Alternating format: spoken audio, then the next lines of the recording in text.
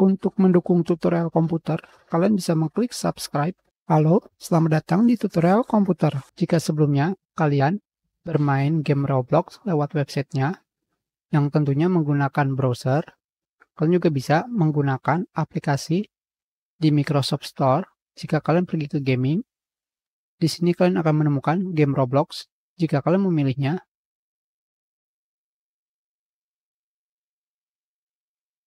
dan kalian klik Get.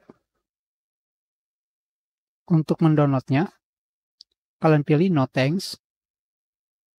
Untuk tidak perlu login ke akun Microsoft.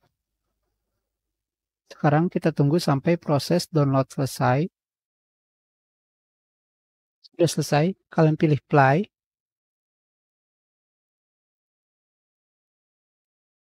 Dan kalian pilih login ke akun kalian. Masukkan username dan password. Enter. Masukkan CAPTCHA.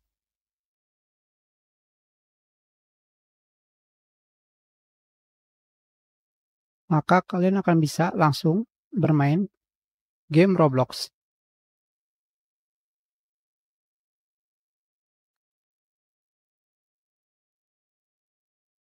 Kalian bisa kembali seperti ini.